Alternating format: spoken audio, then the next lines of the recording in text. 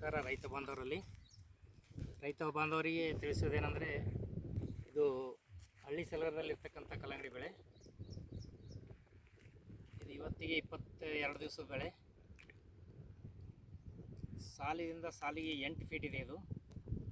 ಇದೇನಪ್ಪ ಅಂತಂದ್ರೆ ಒಂದು ವಾರದ ಹಿಂದೆ ನಾವು ಬಂದಿದ್ದೀವಿ, ಇವಾಗ ಮತ್ತೆ ಬಂದಿದ್ದೀವಿ. ರೈತರಿಗೆ ಇದರದ್ದು ಅನುಕೂಲ ಸಿಗಬೇಕಂತೇಳಿ ವಿಡಿಯೋ ಮಾಡ್ತಾಯಿದ್ದೀವಿ. ಈ ಕಾರಾಪುರ ಕಂಪ್ನಿಯ ಕೆಲವೊಂದು ಔಷಧಿಗಳು ಯೂಸ್ ಮಾಡಿದ್ದಾರೆ ಇದಕ್ಕೆ.